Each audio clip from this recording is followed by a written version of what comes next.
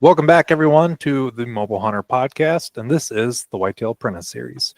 I'm your host, Josh Luck, and I'm joined by my co-host, Mr. Jacob Sklinner. Jacob, how you doing? Hey, good. Don't get a little busy, a little frantic there? Yeah, very, very busy. Yeah, there's a lot of the moving parts in the life right now. But I think tomorrow will be better. Speaking of busy, Chris will not be joining us on this episode. I believe he had some family stuff pop up. He was pretty busy this week. So it's mainly just going to be Jacob and I. And on this episode, if you've been listening to the past few episodes, we've been really into rut hunting tactics. And on this episode, we really wanted to dive into kind of what the research says behind buck movement during the rut and dive into that a little bit. So that way you guys can get a little bit of that anecdotal hunter evidence and kind of what some experienced hunters have seen during this time frame, but also give you an idea of what exactly the research says and how those things can kind of compare and contrast, where they differ, why they differ, or where they're the same. And in order to help us do that, our guest for this episode is Mr. Luke Resop. Luke, how you doing? I'm doing great.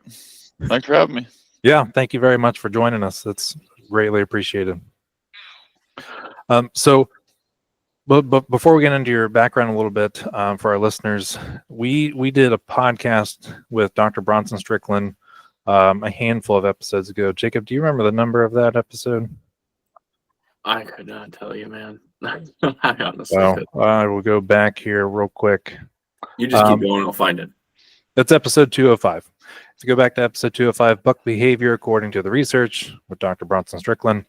On that one, we kind of give an overview of buck movement throughout the season. It's a really good episode. I recommend going back and listen to it. It'll give you some background information for this episode. But the research study we went over, Luke was also a part of that research. And we wanted to have him on for this to take a deeper dive into this rut time frame. So, Luke, if you could just give our listeners kind of just a little bit of your background, like how you got involved with MSU and kind of what you do for them now. Sure. Yeah. So I am originally from Pennsylvania. That's where I grew up, born and raised. I was always in love with outdoors as a kid, but I wasn't a hunter until I got to undergrad. I did my undergrad at Virginia Tech, and I was donated a left-hand bow. I'm right-handed. And I'm also 6'4", and the person who donated me the bow was 5'8", 5'9". Oh man! And so, of course, I, not knowing any better, I just shot with it.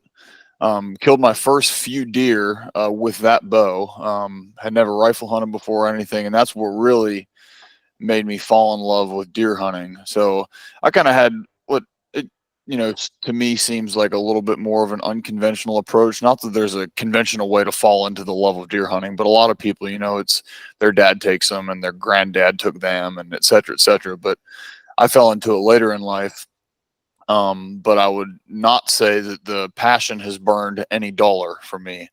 It is definitely what I love to do. And after I started to deer hunt a lot, and I was working on, some of my gen eds in undergrad. I had to make a decision on what I really wanted to study, and it was either building construction or an engineering field or wildlife management. And I went the wildlife management route, really fell in love with it even more. After undergrad, I went down to Mississippi State for my master's, and stayed on after my master's, and here I am. Nice. How heavily involved were you in the research at MSU? So that research project was, the field work for that specific research project was conducted primarily by a couple of graduate students who preceded me at Mississippi State, Colby and Ashley. Okay. And I came in after them, and I did, several different sets of analyses on the data. But the most of the bucks that Bronson talked about and that we'll probably talk about today were part of a different students' research projects. I've been involved with capturing a handful of other deer that we've looked at, like buck 140, the one that swam the Mississippi River, spent a summer in Louisiana, 18 miles as the crow flies between his fall range and his summer range. You know, that was one of the bucks that I was very pleased to be involved in putting a collar on. But a lot of the stuff, you know, was fruits of Colby and Ashley's labor. I gotcha. Yeah, that buck you just talked about, is after that data and stuff was released, he became quite the hot topic. Yeah, for sure. To say the least. Yeah, he's an incredible story. I mean, and I know y'all talked about him a good bit with Bronson, but just like, and this really applies to any of the bucks that you could look at this data for, but when you really sit down and look at the hour to hour and day-to-day movements of these bucks, it really blows your mind. Like I've looked at literally hundreds of thousands, millions of GPS points, and really when you break it down, it still blows your mind about why they do what they do, and trying to wrap your head around it and make sense of it. Yeah, I can only imagine looking at all those data points. How evident is it to you after looking at all the data that bucks, like, each of them have like a different personality? That is the number one takeaway that I've had from being involved in buck movement research, is that there is no such thing as the average buck. You know, we love as data people to be like, oh, we got these 60 bucks. What's their average home range size? What's the average net displacement that they move per day? How many yards they travel? How many beds do they have? But, you know, for example, average buck has 31, 32 bedding areas over the course of the hunting season, and that's for 60 bucks. You'd be hard pressed to find one buck within 5 bedding areas of that number. You know what I mean? I mean, there's just so much variation. Yeah. I think that's what makes hunting so fun. It makes it really fun to try and figure out a particular deer or a couple deer in a certain area. That, I don't know, I spent a lot of time in school. I know Jacob spent a lot of time in school looking at research, doing stuff like that. And the whole learning process is, I don't know, it just makes it very, I don't know, it has developed a passion in me it has continued my passion for learning. After grad school, that's just kind of what I've dove into. I just find it very fascinating. Yeah. Yeah, I think it gets you acquainted with knowing that you aren't familiar with a lot of things too. Yeah. Like knowing that you're wrong, like it gets you very comfortable with admitting you're wrong in things. And I think that begets a lot of good things in hunting, because there's a lot of people that say they have it really figured out. And Luke, as you immediately attested to, they probably don't have it as figured out as they say so, because usually those strategies are garnered around tendencies that don't always occur. Now, I'm really curious, and sorry, Josh, I totally stole this. No, you're fine for me here, but I'm really curious. Luke, you hunt, right? I do, yeah. So, as a hunter, thinking of this in the scope of all the research that you've done, do you still find yourself kind of leaning towards what you believe to be the average behavior? Do you find that you're strategizing your hunts? And I know you just said there's no such thing as average, but are you basically, when you're lacking information, are you making an assumption based on what you've seen in your experience in your area? Or are you completely changing how you hunt to the individual deer you're hunting? There is the research side of my brain, and there's the hunter side of my brain. And when I'm in the woods, I struggle to make those two line up. Yeah, I really do. And because I've spent a fair bit of time going through this data and analyzing it and looking at, individual bucks and how they move.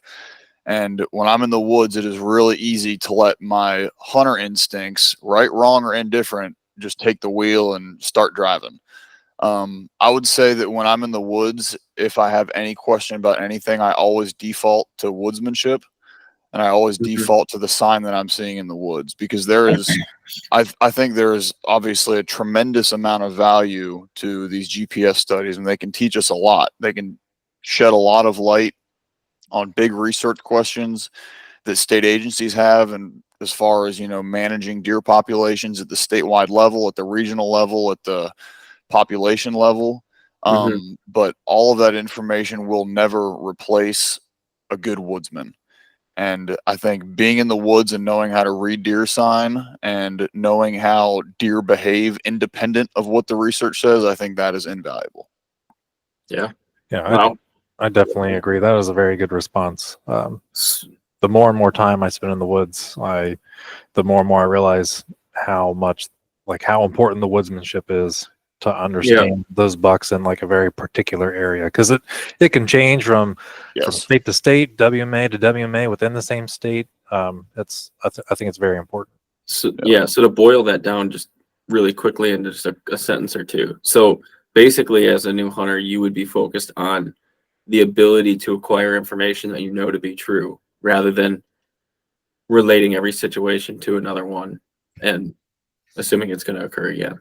Yeah, because everything is so dynamic. Y'all know this. Everything in the woods is so dynamic, and movement patterns, and this is something that the research certainly backs up. But movement patterns and food patterns change on probably not quite a day-to-day basis, but certainly, especially when we get to this time of year, a week-to-week basis.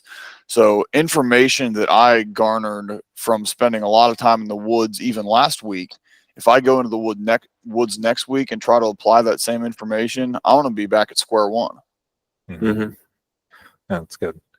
I feel like that's a really good segue to dive into some of that research. Jacob, do you mind pulling up that study? Yeah. So that way we can give the viewers a good, or the listeners and viewers, I guess, to give them a good resource here. If you're just listening on the podcast, I do recommend going over to the YouTube channel, The Mobile Hunter, and checking out the video, because we will have the research study pulled up and we'll look at some of these charts and graphs as we're talking here. Yeah, so I mean, there's lots of areas we could start. I mean, we can just start with the top and maybe some general questions. I know you've done a lot of really extensive studies on bedding in particular, and I think that's an area that, with some of these published studies, we haven't had them covered in a lot of podcasts. We've had a few, but it's obviously bedding has been ripped into like crazy. But as far as what the studies say about it, I'm really interested in asking some questions down the road of this podcast, some more on that. But one thing I'm curious about, if you look at these graphs here, we're looking at figure 3 and figure 4 of your study from 2023 on buck movement. You're seeing that there's kind of like, it's essentially a parabola for the travel of bucks. And as you get into peak rut, it increases, it hits peak. Pre-rut increases, hits peak, and then starts to dip down, and it's fairly uniform. It's a really normal graph. Now, I'm curious to wonder something that's intangible in this graph is if you saw differences in buck movement depending on the type of terrain. And I know that this study was probably conducted in a somewhat uniform type of terrain, but there, in my experience, have been very different ways that bucks go about rut in marshes versus hills versus open hardwoods versus bottoms and things like that. And some of them are more conducive to movement than others. I'm curious if you've researched anything with that. Well, so if I don't know if this is getting at your question precisely, but near the end of this same publication, there's a few graphs about, it's way at the very end, it's some of the resource selection stuff. It's about deer habitat selection. So this isn't necessarily during the rut. So we didn't analyze this data, in September versus October versus November versus December, but I think you could make some inferences here. The clearest thing about deer cover type selection and how they use it and how their use of it changes as the hunting season progresses, the absolute clearest thing that stands out is they are spending time where hunters are not spending time. I mean, hunter use of food plots, for example. You know, hunters love to hunt food plots. Some of them do. I like to hunt food plots a lot less than other people. But when hunters spend a lot of time in food plots, you know, let me back up a minute. Bucks will be spending a lot of time in warm season or in cool season food plots in the weeks and months leading up to the most intense portions of hunting pressure throughout the hunting season. And then once those areas really get pressured, the bucks resource selection and the hunter resource selection flip-flops. Bucks go spend time elsewhere and hunters start using food plots because the hunters think that's where deer want to be.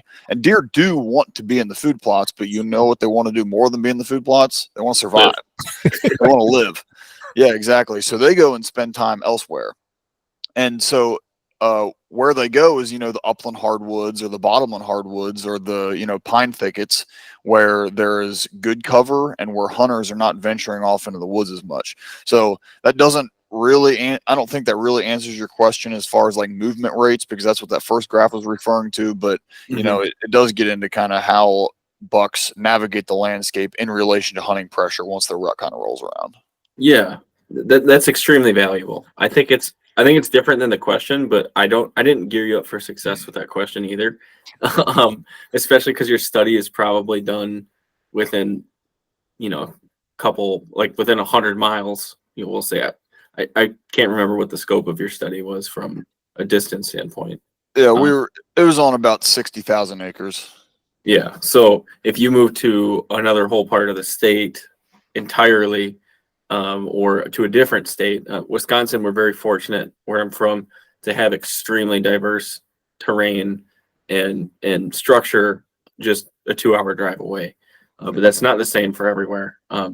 So maybe within your study, you aren't able to necessarily observe rut in absolutely polar opposite terrain, you know, simultaneously. And if you guys want to fix that, go donate to MSU Deer Lab so they can afford to come where you're at. Yeah, that's right. And do some more studies like this.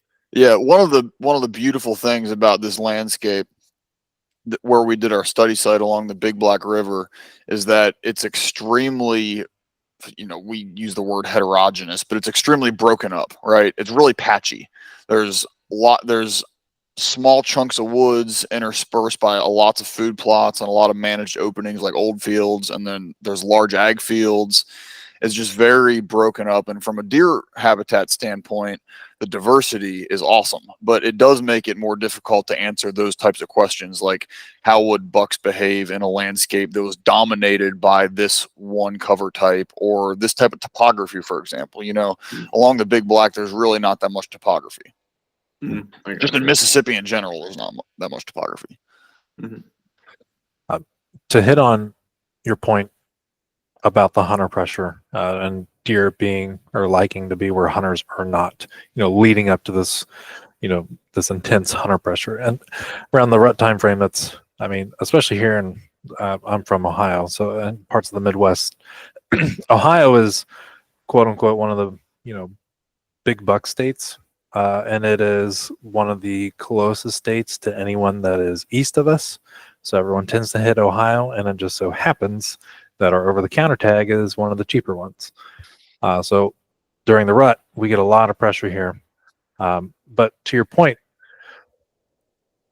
so would you advise hunters if they're, let's say they're traveling to a new state and they're going and driving around these WMAs and they're seeing lots and lots of cars or trucks in a particular area. So based on some of the research you've seen, would let's say you were in that boat, right? Would you go to like a different WMA, find somewhere where there's less pressure, and just based on some of the research you're seeing? Yeah, I don't know. I am so turned off by seeing trucks at a gate, and but I know. And like I'll be on public land that I've hunted, you know, probably 100 times, and it could be a big chunk of public land, and I'll see one truck at the gate, and I'll be like, "Oh, I'm going somewhere else." Like, oh, he's all mucking up my spot. You know what I mean? You would never stop driving in Wisconsin. Yeah, but in reality, and I think this is another thing that the research can kind of help us dive into. In reality, the research that's been done, and we didn't look at this specific thing with our study, but there have been a number of other research projects in Georgia and in Pennsylvania that have looked at this kind of thing. When there are hunters parked along the side of the road, they are concentrated within a couple hundred yards of the road. Mm-hmm. And so while it's a, punch in my gut when I get to my gate at 1 p.m. or 2 p.m. and there's already a truck there, in reality, most people, not to say not all people, because there are plenty of people that get in there and hump it, but most people are not going to be parked far enough in there to where it should really deter me from hunting that spot. I think there's so much land to hunt, and most people do not hunt the type of way that y'all probably hunt and the type of way that I hunt, where they are getting in and reading the most recent deer sign and figuring out where they need to set up. Like most people, they, especially on public land, well, honestly, this is probably more true on private land than it is on public land, but they go to spots that have historically produced deer. Mm-hmm. And there are certainly spots, whether it's based on some topographic feature or a food source or a scrape that's there from year to year, there are certainly spots that can yield success year after year, but those spots tend to be pretty hit or miss too. Like some days there might be a bunch of deer walking through, and some days there might not be any. And with those kind of spots, I think it's more difficult to capitalize on the more like pulse resources, like one oak tree that's dropping, for example, and the deer are really hitting it. And it's going to be hard to find that tree if you're just walking to a spot you already planned on going. But I think when you hunt in such a way that your eyes are constantly on the ground looking for new sign, you often find things that you weren't expecting to find. And I've found that this is one of the big lessons that I've learned in the last few years. I never walk into the woods now with my mind completely made up on where I'm going to go. When I do that, I often walk past sign that is extremely good sign because I've already convinced myself I need to be somewhere else. Mm-hmm. But when I kind of walk into the woods with an open mind, I might have a general idea of, where I want to get to. But when I walk into the woods without my mind made up, I will often just completely go on a detour and end up somewhere completely different, or set up halfway towards where I was going to go because I'm like, man, this is a really good deer sign right here. And I think that kind of just helps keep things more dynamic, and I think it kind of helps keep things more fun. Yeah. Something I want to point out is but while we did talk about there not being an average, there are consistencies with every deer. So particularly in this section where we talk about thinking like a buck during breeding season, right? Like if no buck acted the same, we could never think like a buck because we would have no average to go off of necessarily. And I see what you're doing here in your strategy going in is you're like, all right, I know that a buck is going to be traveling in this manner when he's ready to bet, or a buck is going to be laying this sign in proximity to a core area, or this sign is going to have this purpose. And you might just be reading tracks and droppings like every animal leaves, but just because a buck is an individual, I want to point out that it doesn't mean that he's not going to be handcuffed to the same things that other deer will, i.e. not being where someone is pressuring an area and going to kill him, because he's probably not going to reach maturity if he's in an area where someone's routinely hunting. So knowing those things, what's kind of your order of operation? Like, would you garner pressure the most important, like avoiding pressure being the number one thing for you with deer, or is it habitat for you to get on a mature buck, or is it, a good doe structure or something like that? And do you ever think there's a time of year when bucks put maybe one of those variables over another, like during rut, maybe let's say does over safety? Yeah, I could definitely see myself answering this question differently if you asked it to me 10 minutes ago or in 10 minutes from now. But my first reaction to that, and this is how I generally tend to hunt, so I think this is a pretty reliable answer for how I would do things, is I am very cover oriented. I am constantly hunting based on cover. I'm rarely hunting areas that are not in some way tied to excellent cover. And part of that is because of pressure. I hunt almost exclusively public land. And so I guess part of this answer is indirectly tied to pressure, because if there wasn't as much pressure on the ground that I hunt, I probably wouldn't need to hunt cover as hard as I do, because deer would feel more comfortable moving independent of cover. But pretty much everywhere I hunt is either directly adjacent to really thick cover or in the middle of really thick cover. And that can be kind of difficult because, I do a lot of bow hunting, and most of my shots the last few years, most of my shots have been inside, 12, 13 yards, just because it's kind of a mess in there. Mm-hmm. Yeah. Is there a graph or chart on here that I feel like we talked with Bronson about deer moving within cover? There's timing of food plot and feeder visits. I could be making that up in my head, but I thought we had discussed it. Luke, I don't know if you can remember anything. I don't remember that specifically. There's hunter habitat selection. We did talk about deer being basically the inverse of the habitat selection for hunters.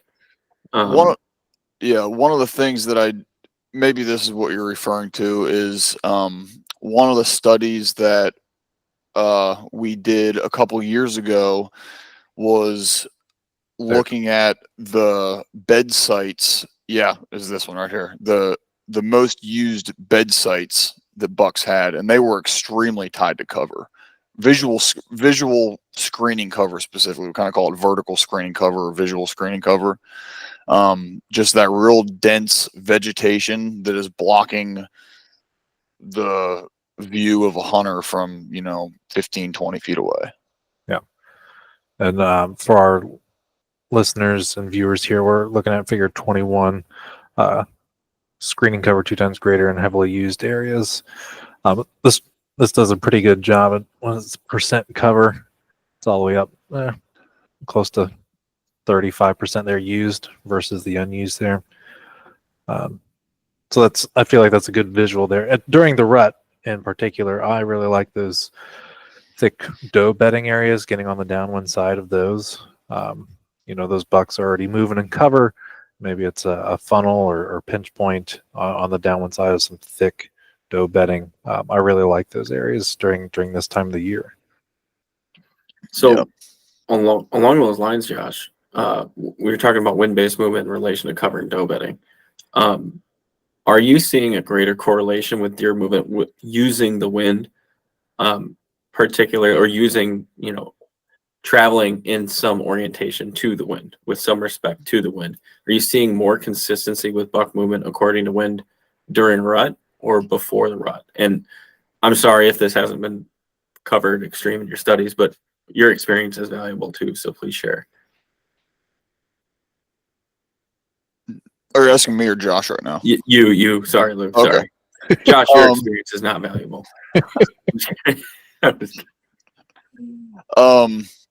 So 2 things. One, I'll give you my personal opinion / experience, and then I'll tell you the science half of this answer.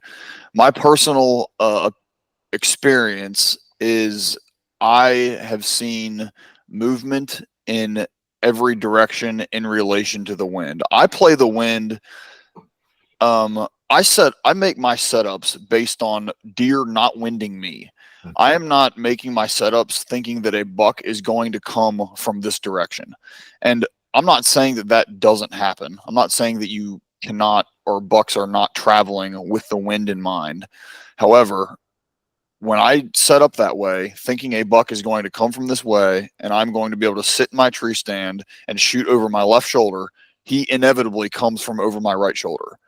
And he comes with his butt to the wind. That just happens all the time. So that's my personal side of things. The research side of things, this is one of the topics that we have not really dove deep into. We've looked at it, in a kind of a cursory manner at this point, but this is something in the next 2 or 3 months we, myself, Natasha, who I know Bronson talked to you about, and Bronson are going to look at as deep a look as we can, just like we've kind of been looking at the moon phase lately. We're going to give a really, really deep dive into wind direction and weather patterns, and how they influence not only buck movement patterns, but also bedding habits. That'll be really interesting data, because I feel like depending on the terrain, that can be very hard to determine, especially like in hill country. I don't know what kind of experience you have in hill country, but anytime in the hills, what little experience I have, I feel like a lot of the movement, especially down in like the bottoms and stuff, is very like thermal oriented. Because I've been in a system where the wind was actually moving the exact opposite of what it said the predominant wind was, and that was due to like how steep the terrain was, how narrow this drainage system was, and the amount of cover.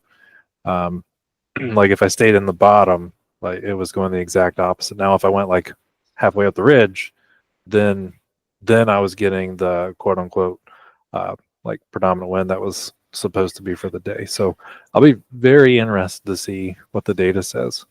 Yeah, I think bedding areas and buck movement and bedding habits in relation to weather patterns and the wind, there's not a more controversial topic among hunters. Like those are like the big ones, how weather influences movement and how kind of bedding habits change. One thing I want to touch on before we get too far away, and Jacob, you mentioned this kind of in passing a minute ago. When we were talking about earlier how there is no average buck, that is certainly true at some level. And Jacob, you made a good point.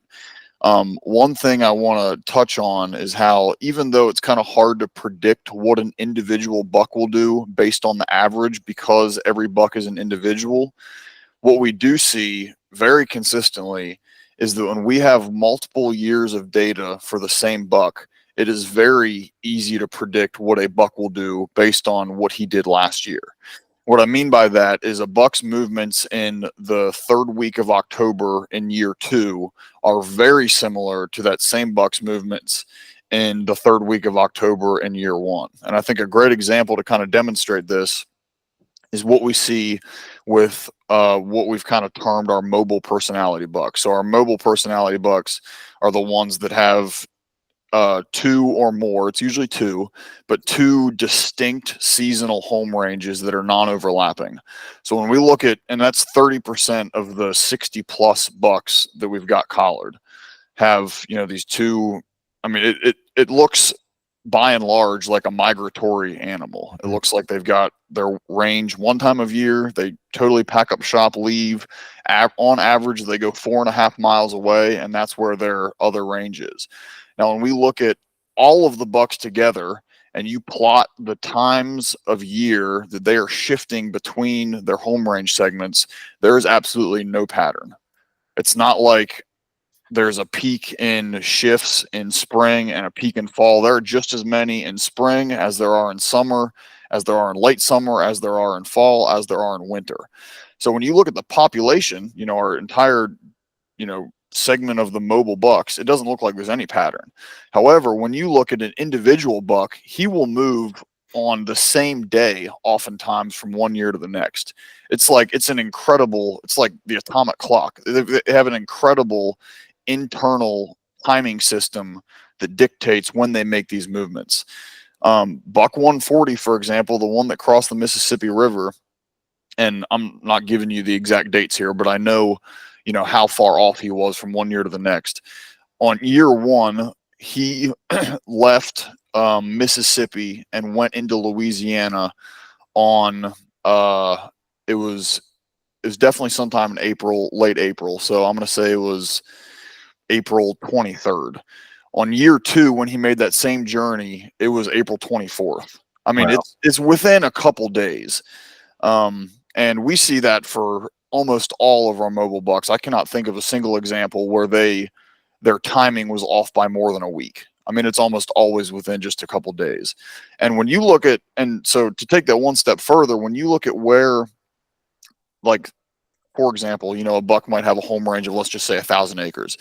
If he's hanging out in a 20-acre block of woods a lot, especially in early season, if he's on more of a food cover pattern, he's really kind of hanging out in one block of woods. If he's in that block of woods in the 3rd week of October in year 1, there's a pretty good chance he'll be in that same block of woods around very close to the same time the following year. So I say that for, especially the private land guys or the guys on public land who are running cameras or are having encounters with the same buck from year to year, or have reason to believe that the same buck is around the following year, is if you ran into that buck in area A at a certain time the previous year, that is where my butt would be the following year. That's really enlightening to hear from someone looking into the research, because we've talked to many different hunters about that same subject of bucks repeating this pattern year after year in certain areas. We had a gentleman, Shane Parker, on this series towards the beginning of the series, if anyone wants to go back and listen to it. But some of his trail cam data showing the same things, these bucks moving into certain areas roughly around the same time from year to year. And then just a couple episodes ago, we talked with Jake Booth and Jacob Emery, using that as a strategy to kind of target specific bucks during the rut, which most people say, I mean, I do agree that the rut can be chaotic and bucks can kind of be all over the place, but I like to leave cameras out through the vast majority of the year just to collect historical data. And I will use that going into the following years. If I see like a particular buck, like, okay, he moved into this area, he was, chasing around this doe group in this area during this week. The following, if I know he's still alive that following year, you best believe I'm going to be in that area targeting that buck, because I have seen it so much on cameras from year to year. I feel like it's definitely a strategy that can be used, especially during this time frame. Yeah, absolutely. Jacob, do you have any? Can you actually scroll up, Jacob, on this? There is a there we go. There's the figure 17 that shows these distinct ranges. Mobile buck 297 there. Yep. It is really wild how different the mobile buck and the sedentary buck are.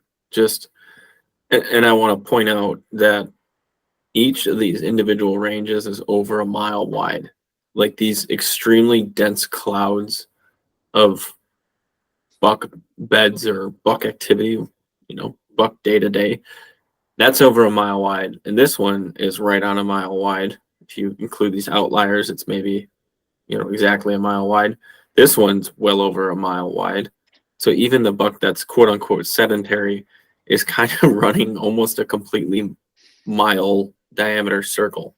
Yep. And that is not the conventional wisdom. A lot of people are thinking that's his bed or that's his spot. And I just think that's a complete misunderstanding, is that these bucks, like you just said, Luke, are keyed in on a specific time of year being in that bedding. So when you find a bed, it really means figure out why the buck's there and what incentives he's using, and let that tell you when to target him in that bed.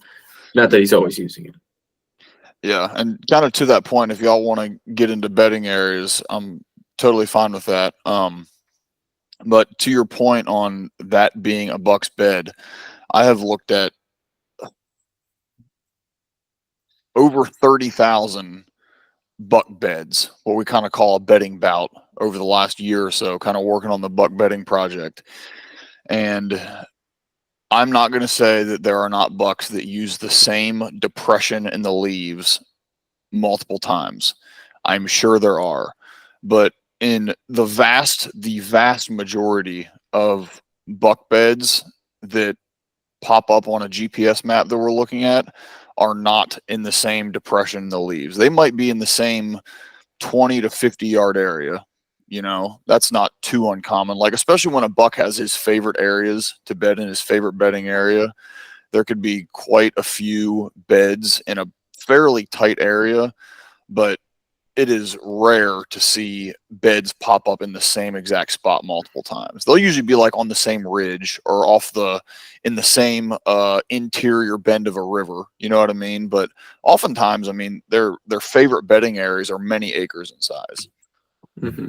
I feel like that's really good to keep in mind. I feel like some of the guys that are quote unquote bed hunting, they will say bed as in singular, but most of the time they're referring to like a buck's like core bedding area, and they're hunting that core area.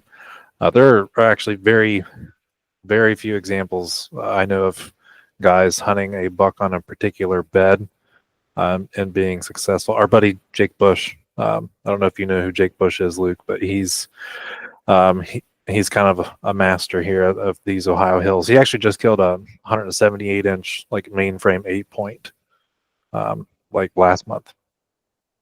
Absolutely insane. But he's one I know he's targeted bucks on specific beds in specific situations and has gotten it done on Boone and Crockett class bucks. But I think that's a very individual, like a buck to buck basis and a very specific situation basis. Yeah. Yeah, and I think he's using every single time he has told one of those stories and showed it on film. It's been using your woodsmanship to decide when that bed is active. Mm-hmm. Like Luke, like you said, going into the hunt, using your woodsmanship, reading the sign, and then determining whether that is the bed being used or not. And it might be a bed or a bedding area, but I think those situations work well in extreme terrain, whether that be terrain that is very, very steep and begets, maybe a few options, we'll say, that are for the particular advantages that deer have. Sometimes steep terrain that is very rough provides a lot of options for bedding.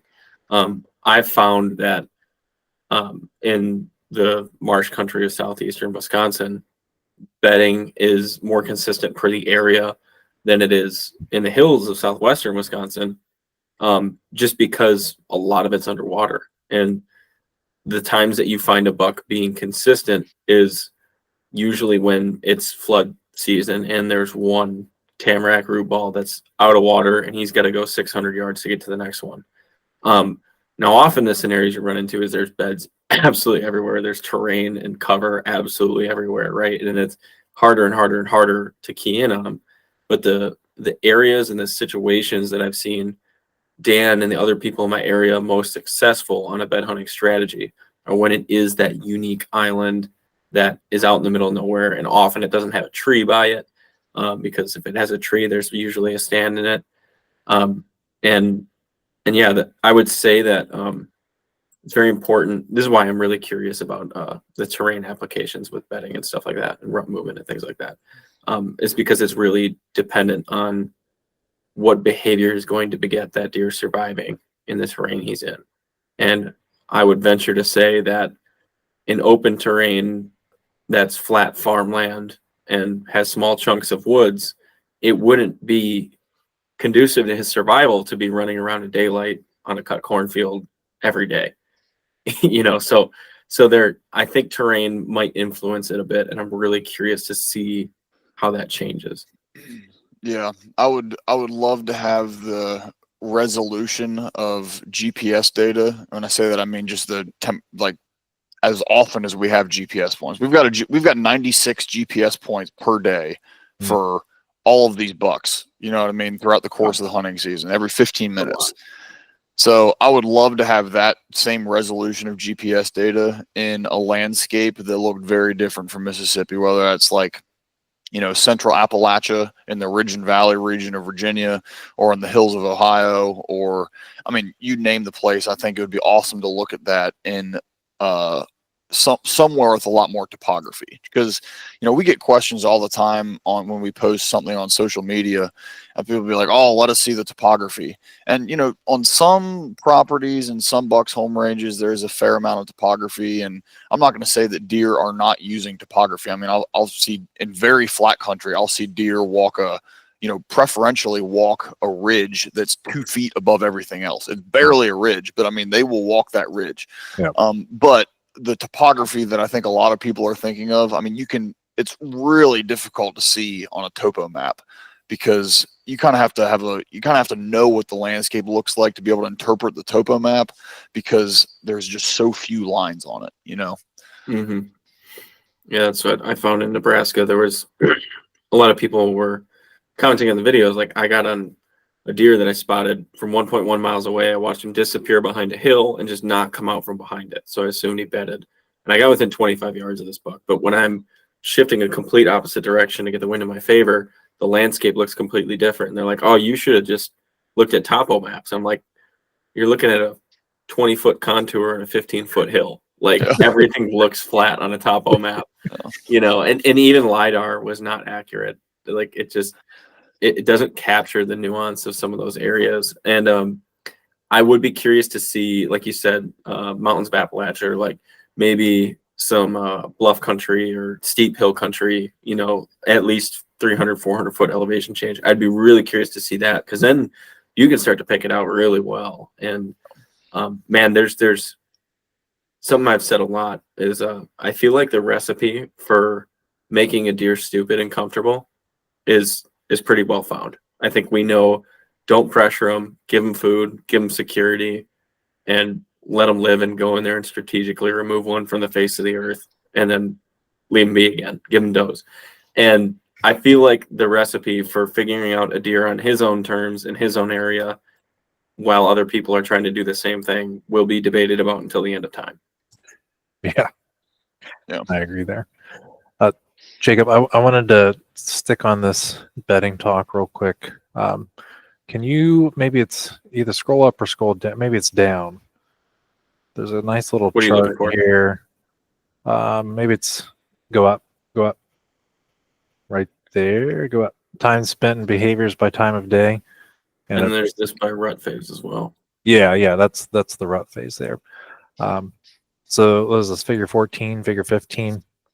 Yeah. So in terms of like bedding, right, this is a nice little visual here. As you get into that early rut, and especially the peak rut here, you can see the changes in time that they're bedding and time that they're actually up moving and walking. So when it comes to, like, if you're like someone that's hunting buck bedding, I never bother with buck bedding during, you know, this time of the year, for this particular reason, right? They're usually up and moving, and I feel like their bedding, in my opinion, is way less predictable during this time of the year. Whereas like early season, let's say we're talking beginning of September around here, like they seem to have a higher fidelity for certain areas, and then I feel like it can go out the window during this time. Yeah, you hit the nail on the head, and that is exactly what we see when we look at individual bed sites and bedding areas. So when we look at an individual, well, I guess I should give some definitions first. So an individual bed site is, when I say a bed site, I'm referring to an individual bedding bout. So to be considered a bedding bout, that buck needs to be bedded down, relatively stationary for at least an hour. And, you know, we're probably excluding some bedding bouts because no one told the bucks that they can't bed down for 15 minutes and be considered a bed. You know what I mean? But for our criteria to be a bedding bout, it's got to be at least an hour, and he's got to be stationary. Now, a bedding area can be multiple bed sites, but they cannot be separated by more than 100 yards from one another. So that's a fairly arbitrary number, but when we were kind of coming up with these criteria, I plotted a bunch of different distance thresholds, you know, 20 yards, 50 yards, 100 yards, 250 yards for all of these bucks on a map, and kind of just visually looked at them and determined which of the ones looked most realistic from a hunter's perspective, you know, as far as isolating a bedding area. So bedding areas can contain multiple bed sites, and a bed site is an individual bedding bout. Now, when we look at kind of the patterns in bed sites throughout the pre-rut to the peak rut to the post-rut, we see the exact thing that you just mentioned, where when we get to the pre-rut, let's say pre-rut, bucks are using, you know, they're bedding down a little over 50 times during that 2-week pre-rut interval. So they've got a little over 50 individual beds that they're using. And then when you get to early rut, that number drops way off. And then it stays really low during the peak rut. And then by the time you get to late rut, they're bedding down a lot more, which makes sense, right? They're not as concerned with bedding at that time of year. They're more concerned with breeding and chasing does and doing their thing. The interesting thing about this is what we see with bedding areas is almost the complete opposite. So a buck, his number of distinct bedding areas that he uses increases in a stair-step fashion as we progress through the rut. So he's got more bedding areas in the early rut than he did in the pre-rut. And maybe it's confusing the terminology I'm using. The way we broke down the rut is into 5 2-week intervals. So we've got the pre-rut, which is when virtually no breeding is taking place. We've got the early rut, then we've got the peak rut, and then late, and then post-rut. So as we kind of move throughout all 5 of those rut phases, we see the number of unique, distinct bedding areas that a buck is using steadily increasing, while the number of beds, individual bedding bouts, is decreasing. Now, the way that I interpret that, and I'd be curious to hear y'all's thoughts too, the way I interpret that is that as the rut progresses, essentially his search radius is increasing and he is using new novel bedding areas, because the areas that he had been using are in more of his core area, let's say. And then as, you know, he searches that area, maybe the does that are in that area have already been bred or none of them are in heat or whatever, he needs to expand his search radius. And as he does, he begins to use new bedding areas. Now, I think where that becomes a real advantage for hunters is, you know, as we all know that as you get to peak rut and you start seeing new bucks, that's when your best chances are of killing a good buck. You know, I'm not saying necessarily relative to like a food cover pattern, but a lot of people kill a lot of bucks during the peak of the rut. And I think what a lot of that comes down to is not just because bucks are clueless and they're running around chasing does, but bucks are in unfamiliar territory. You know what I mean? It'd be like if I walked into one of y'all's houses and you shut off the light and you told me to walk into the kitchen and there's no lights on anywhere. I'd be bumping off of walls and smacking my toe off of tables and running into chairs. But if I was in my own house and you could put me on one end of the house and shut off all the lights, I could easily navigate to the refrigerator in pitch black without running into anything because I know that area. And I think that's a lot of the reason that so many bucks get killed during the peak rut, is because not only are their guards lowered because they're more concerned about chasing does, but their search radius expands and they get out of the areas that they know the best.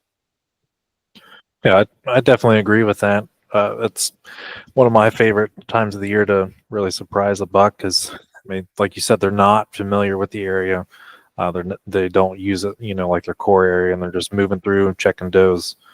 But I definitely agree. That's one of the things I feel like I count on during this time of the year, is just catching a buck off guard, right? He's not as alert. His focus isn't like it is in the early season, right? He's going through an area with a purpose of, you know, looking for these does, but he's not quite familiar with the area. I feel like it's a really good time to capitalize on that. But that is one of the reasons I also really like around here. That is, I really like the end of that last week of October. Really like the 25th through the 31st around this area, particularly because and this is just my experience. I feel like I see some of those.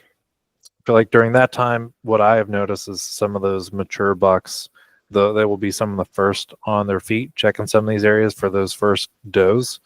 And I'll set up in some of these funnel areas and just catch them off guard, right? They haven't got a ton of hunter pressure, and, you know, they're going through a new area. So I feel like it's just a recipe to, you know, really just catch them when they're least expecting it. Yep. So I'm curious, with a buck not being familiar with the area per the year, even on these, I call them jaunts, but like it's like usually around here 2, 3, 4 days. This buck is going on a different cycle, different missionaries, traveling to an area that's novel per the year. Even in those special offshoots of his typical core area, are you seeing those still same year to year on those travel patterns as well? That's an excellent question. So we call those jaunts excursions typically. And excursions there are all sorts of theories out there on why deer go on excursions. For a long time, when we first started documenting excursions in the kind of GPS collar, science, we thought it was just bucks doing it, and we thought it was only during the breeding season. And then as we continued putting, these high resolution GPS collars on does and fawns, all deer are going on excursions. Now, bucks certainly do go on more excursions than other deer, and it typically peaks in the breeding season, but we also see a lot of excursions in the early springtime. In our data, we see 2 peaks in excursions. We see one peak kind of in that October timeframe, and keep in mind our peak rut is the week between Christmas and New Year's. That's like when things are cranking down here. So we see excursions in October, which is, y'all's September. And then we see a bunch more excursions in kind of the February, March timeframe. So excursions are not super well understood. Does go on them, fawns go on them. Fawns not as much as does and bucks, but adult deer go on excursions. Now, in terms of how repeatable the location or the destination of an excursion is from year to year, in the data that I have access to that we've looked at with our bucks, excursions are not nearly as predictable as other movements within a buck's home range. Excursions are by definition outside of a buck's home range, his established home range. And one of the most compelling arguments, I think, from my opinion, about excursion is that they are exploratory. Now, what a buck is exploring is unknown. He could be looking for estrus does. He could be looking for new forage resources. He could be looking for any number of things. But they're exploratory. And I think because that, we often don't see repeat excursions. I'm thinking of one example from West Virginia. West Virginia did a GPS study, years ago, and they had a number of deer from their study area consistently going on excursions to one location. And it was like multiple deer kind of disjointed on the landscape, all converging on one area miles away from their home range. And they went there and they found that it was some natural mineral deposit. And these deer were literally traveling miles back and forth. They weren't doing it every week. They were doing it every month, 2 months, once or twice a year, whatever. And they were going to this natural mineral deposit. So, I guess that's a long way around your question. I can think of one example of a buck that kind of went on the same excursion from one year to the next. And that buck is buck number 13. And he is one of our mobile bucks. So his wait, no, it's not buck number 13. What was his number? Arbitrarily buck number 13. 27. His buck Okay, number 20, his buck number 27. I'm surprised. Basically 13. The reason I have 13 in my head is because that's how many miles were in between his summer home range and his fall home range. Holy crap. Yeah, 13 miles. And when he would his summer range was so small. I mean, and a lot of these bucks summer areas, especially the mobile bucks, wherever they're hanging out in the June, July, and August months are extremely small areas. And I know I'm getting on tangents here. I will go back to buck number 27. I can think of one buck that we have 2 years worth of data for him, and he spent his summer months literally on a wood line next to a soybean field. I mean, he was like he would occasionally every few weeks kind of venture out and go more than, a few hundred yards from where he hung out. But by and large, if you went, I could point to a spot on a map in a 100-yard radius area. And if you went there, you would find that buck bedded down. And in the evenings and in the late evenings and early mornings, he would be out in that soybean field feeding. So it's not super, that's an extreme example, but it's not super uncommon for bucks in the summertime to have really small areas just because their resource needs are not great in the summertime, and they're trying to conserve energy, they're trying to build body mass, and they're trying to grow antlers in safety in preparation for the next coming months. So back to buck 27. So yeah, 13 miles between his summer range and his fall range. In year one, when he was in his fall range, he won an excursion. He originally was following the same path that he took to get to his fall range. So if you're just looking on the map before he won an excursion, you would think he was just traveling back up to his summer range. And then when he got about halfway there, he split off and went way up to the north. He stayed up there for a day or two, followed almost the same exact path back to his fall range. The year goes by, he goes back to his summer range he was within like 15 hours. Wow. His internal clock was from one year to the next. I mean, it's insane how regulated some of these bucks are, some more than others, but he was super precise from one year to the next. The next fall, when he was in his fall range, it looked like he was going to go on the same exact excursion path. And if you followed him for about the first 12 to 18 hours, he was on the same path. And when he got about halfway to his original destination, he split off and went a different direction.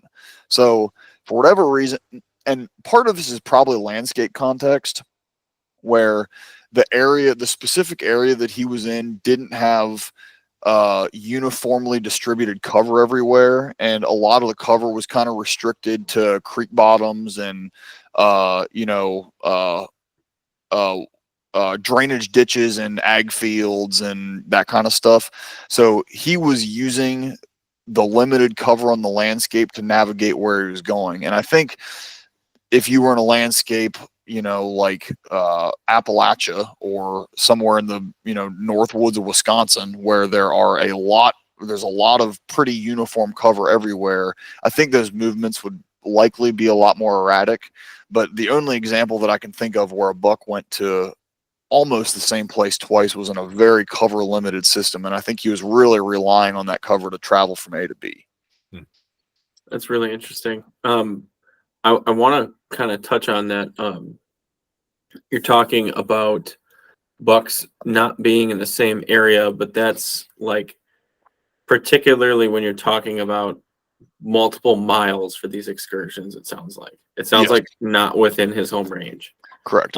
And so what a hunter may define as an excursion would be a 3/4 of a mile shift, but that wouldn't even count in your study per se. So you think about a buck moving a mile overnight or 3/4 of a mile overnight, which I've seen multiple times. I'm sure other people have seen multiple times. That doesn't even count as an abnormality, really.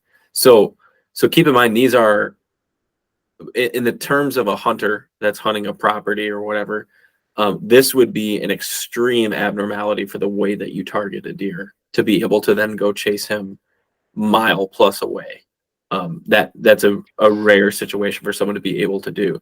Now, I think within that home range, I'm sure there are some consistent. I mean, I guess I'm not now anymore. I'm not sure of anything anymore. But I want to ask you: are there consistencies where you see him? So, like, let's say we have a square. Let's make this really simple. Let's say we have a square and it's a mile by a mile. So if you divided that in fours, you got half mile, half mile, half mile, half mile section.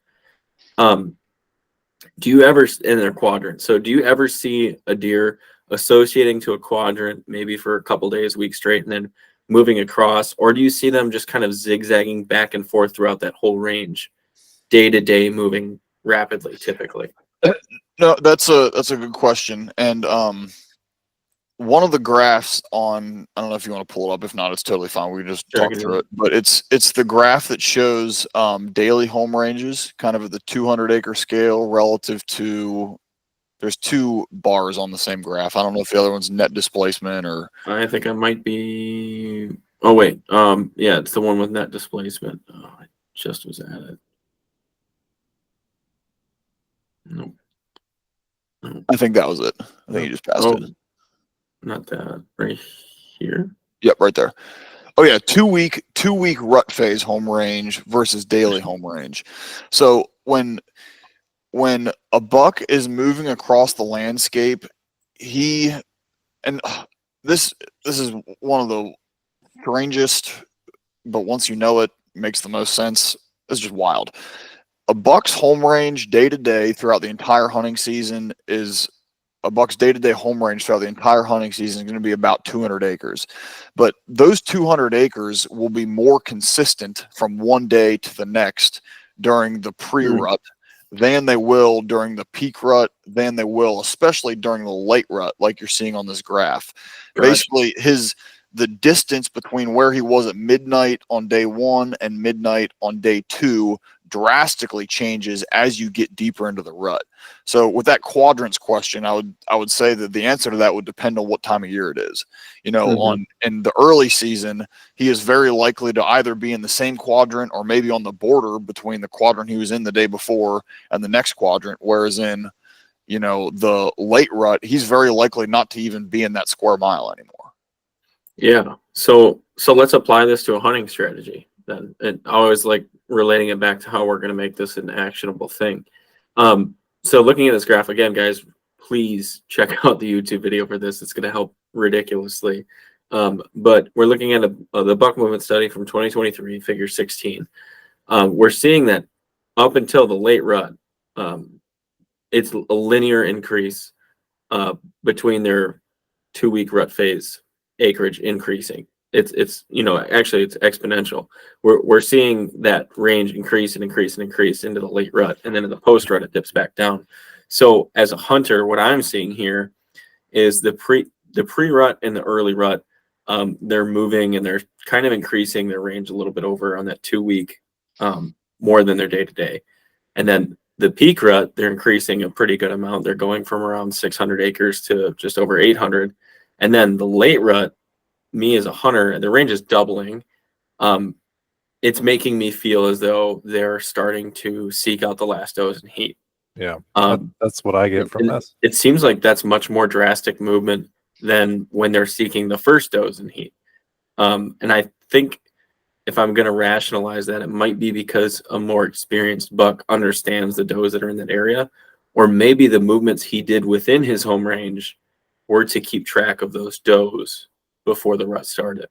So he didn't have as much work. Maybe, you know, this is a whole lot of rationalization here, but maybe that deer being familiar with his area does not have to travel very far in the early rut, in the pre-rut, in the peak rut, because he's spent his entire season maybe in that range or in the ranges he's covering, monitoring the does, and he's executing on that knowledge first.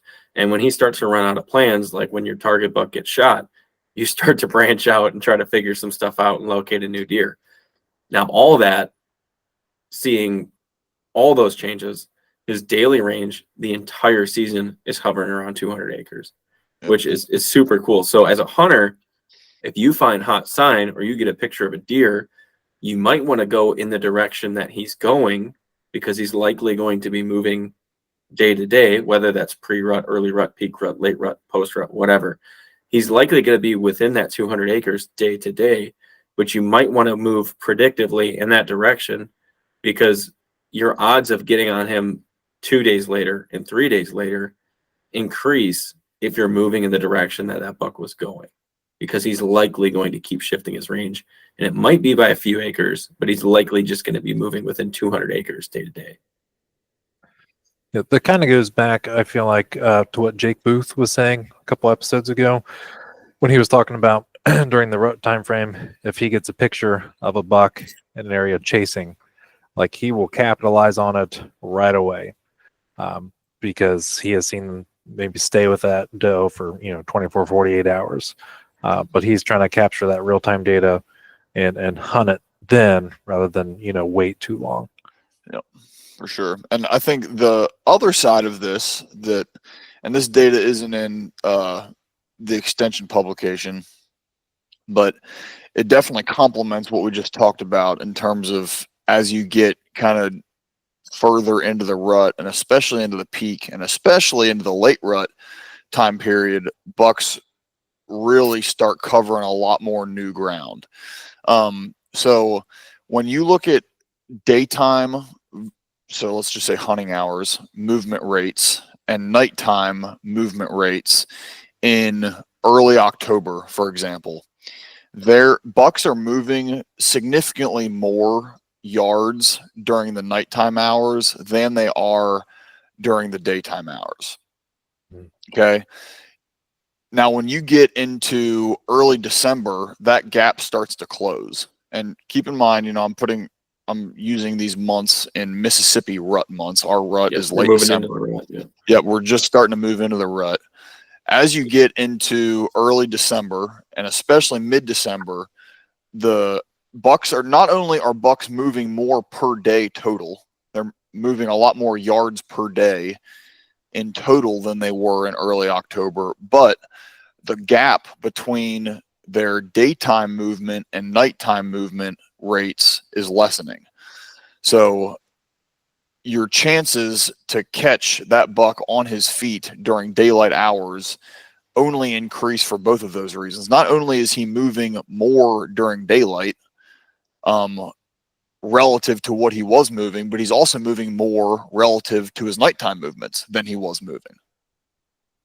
That's makes sense. That's really for someone in the Midwest. That would be, instead of December, it'd be more like November. Yep.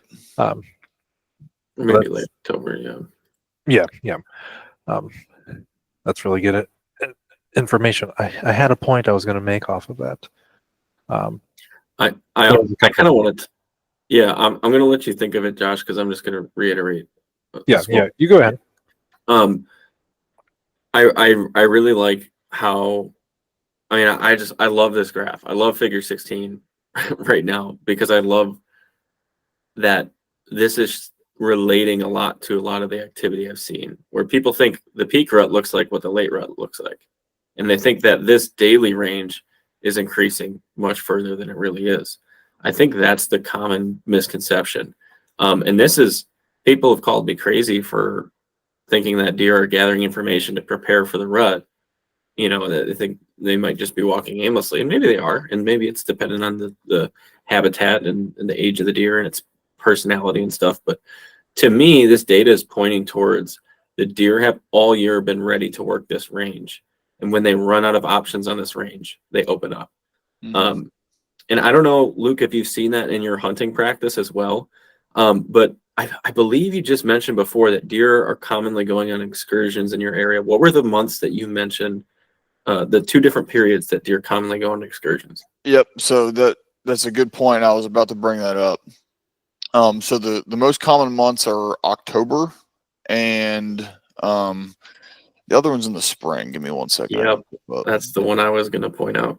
So, so October being a couple months before your peak rut time frame.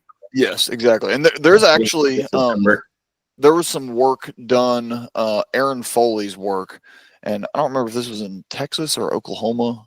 I don't remember exactly where it was, but he did some work looking at buck movement patterns, and one of the theories, which I think is fascinating, I would love to be able to do some more research on this kind of thing. One of the theories that he developed based on what he saw in his work, and I think you can make a strong argument that our data supports this too, is that when bucks are going on these jaunts, some of them are going to be farther than others, some of them are going to be full bona fide excursions pre-season. What they're actually doing is identifying the locations of doe groups prior to the rut coming in. Doe groups, I was going to say, doe groups have much greater fidelity to an area than do bucks. So, a doe's home range is much smaller than a buck's home range is throughout the course of a year.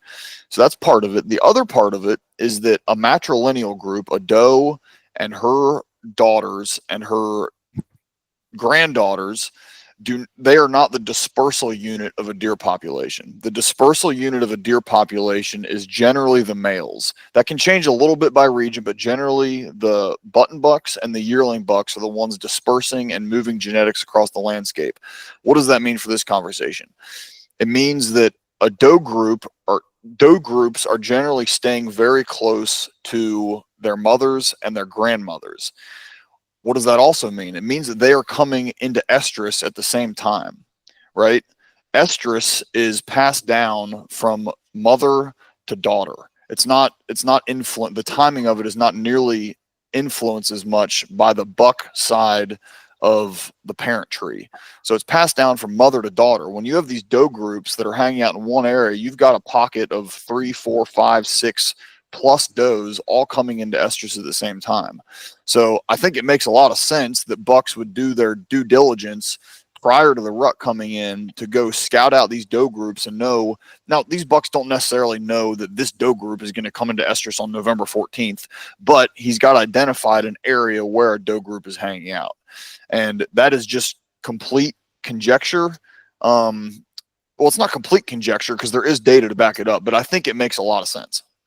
Yeah, Dude, I'm ready to yell at my screen right now. I'm so freaking hyped that we just got that was one of the research to points support the thing we I were was talking going to about. bring up. I wanted to bring up that point and then talk a little bit about lockdown. But to the point you just said, so I have seen that on trail cam data going back on especially on a particular property on a piece of private I have access to in Ohio. Every year, it seems like a buck would come through in August, and on that particular property, really that very first week in November is when we get lots of bucks moving there to the rut, coming through chasing does and that. But every year in August, and I used to be able to time it. It's changed the past year, but like the second week of August, I could set a clock to it. I'm like, sometime between these 3 days in August, there's going to be a buck coming through here. It wasn't always the same buck. It would be different bucks in this week. I was like, there will be a buck coming through here. And the theory I had developed was he was in there checking the does, checking out the area, because that last week of probably the last 5 days of October, first 5 days of November, sometime in that time frame, he would show up. And this happened years in a row. So the theory I kind of developed was they're still within their home range. It might be on the very edge, but they're coming through, checking the area, checking these doe groups for the rut, and they'll come through at some point during the rut. I feel like my trail cam data backs up what you just said. Yep. I think there's Yeah. evidence for it. Someone just needs to tie it all together, but I think there's pretty compelling evidence for that. So I really started diving into cameras in hill country like 4 years ago. And I remember talking to Andy May about this 2 years ago at the Mobile Hunters Expo when I first met him. And just like dying to share this with someone. And there's many people that said they started seeing it too when they started paying attention to it. And the term that I've said to you, Josh, and Chris and stuff that we've somewhat coined for this is bird dogging. So like when I was younger, we used to do these football drills where I was a lineman, and we would each step of a route intentionally as a lineman so we can make it a subconscious effort when it came game time. So our coach would like blow the whistle. We would do step 1, step 2, step 3, and you would slowly work to get your angle and get the advantage and complete your block. And we would do every single play step by step by step. Like a bird dog approaches a bird that it knows it's about to flush. And I think that's kind of the way that deer are doing this. They're practicing their route and becoming experts at it. And one of the things I see even more so in pressured areas is they're taking inventory of what does lived and what didn't, what got shot, what didn't, and what fawns are around now. Like you said, Luke, them carrying that same fawn drop date. There's one buck I chased in the hills that did that exact thing. And basically I saw him go on that late August route through 3 different doe bedding areas. And throughout the season, he hit them in order except skipped the last one. And I was really confused why he did this. And December 18th, I went to go pick up my cell camera. And that's our secondary rut. And at the base of, while I was a stick high picking up the cell camera, I saw him chasing that doe's fawn when that fawn that was early dropped came into heat for the secondary rut. Yep. So he completed the loop just on the fawn and not the mom. Yeah. Really, really interesting stuff. I'm so excited for more research to come out on that. Yeah. My second point I was going to bring up was in reference to the lockdown. But before I go to that, I do want to hit on what you just said, Jacob, and what you said, Luke, as far as the moms passing that estrus kind of when they come in to the fawns. So I feel like that's a really good argument for, looking at it from like a hunting application. I feel like it's a really good argument to be made for like gathering data in an area. Kind of what I said towards the beginning of the podcast. These bucks on these year-to-year patterns, maybe they come into a certain area during late October or something like that, checking these doe groups. I feel like that's it's something that I do in my hunting strategy during the rut. Is I'll keep tabs on these doe groups or these areas that get hot and bucks start chasing in. But even if those does are shot and they still have fawns there, I feel like that is still really good to keep in mind for the same general time frame of them coming in and bucks being in that area chasing those does. So I just feel like we're just geeking out on all levels right now about yeah, it's yeah. so nice to have verification on this. If I was, so there's a WMA in Ohio that I want to get very familiar with because there's a lot of good deer on it. But I'm just setting cameras up in different areas and just setting out a bunch of soakers, as I call them, and collecting data. This will be my second year there. So I'm basically just trying to find these areas where if I'm rut hunting it, finding these areas where these does are coming into estrus and what times or what points during the rut these areas kind of light up or get hot. So I feel like I'll be able to have, once I kind of get a good collection, I'll be able to use that year to year to year. Yep. Absolutely. I think that's another great connection between talking about how bucks can be an individual buck can be very consistent in his patterns from year to year. I think hunting an individual, and I'm not telling people to go out there and act like they can always predict this stuff, because you can't always predict it. But but killing mature bucks is a game of inches, and any percentage point that I can give myself increase in the likelihood of killing a buck, I'll give myself that percentage point because I need it. And one of the percentage points that I've learned to try to figure out and capitalize on is when the does in a specific area are coming into estrus. And this is the hunter side of my brain, not the deer researcher side of my brain, because you can make an argument there's research to back up a lot of this, but not all of it. So for example, there's this one chunk of public land that I hunt here in Mississippi that every single year that I've hunted it, between December 10th and December 12th, your butt better be in that tree, because there are going to be bucks cruising underneath that tree from December 10th to December 12th. And, give or take a day or two, but every year it is hot from the 10th of December through the 12th of December, which is about 2 weeks before our peak breeding. So you can think of this as like Halloween in most of the whitetails range.